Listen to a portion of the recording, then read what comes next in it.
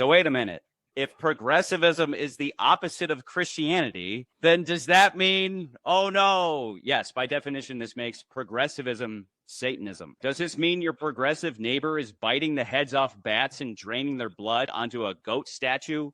No, it means they have been bamboozled into rejecting the story of Jesus, one man sacrificing himself to save all of mankind, and following instead the story of Satan, Lucifer, the fallen angel who chose to worship himself instead of God, which is to say he worshiped his individuality instead of an ultimate goodness that serves everybody. And that ultimate goodness is the only thing keeping humanity from falling back into the hell of pre-civilization, where we figuratively and literally began eating each other. And so this makes Christianity and progressivism oil and water. They will never, ever be compatible because you cannot have everything both ways. Progressivism says you can, but anytime somebody is having anything both ways, it is always at the expense of somebody else. In the words of a hippie, speaking of the 60s, Dale, in the words of a hippie I once overheard, peace and love is great, but at some point somebody has to do the dishes. And so the bright and shiny promise of progress is unmasked and exposed for what it truly is, the devil in disguise, tricking the masses into joining him on the road to hell that they pave with their good intentions.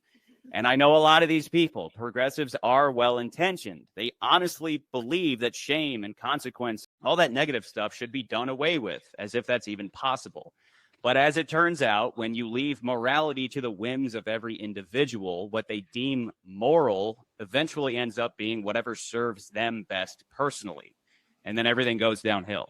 Meanwhile, God and Christianity remain unchanged through the ages, reflecting an eternal truth realized and written in stone thousands of years ago that takes into account the selfish nature of human beings and how it can be overcome by a shared story that each individual must personally subscribe to and embody. In an eternal struggle between good and evil, evil often being extremely cunning in making the bad guys feel like the good guys, progressive wokeism being the devil's latest tool in his never-ending scheme to trick humanity into destroying itself.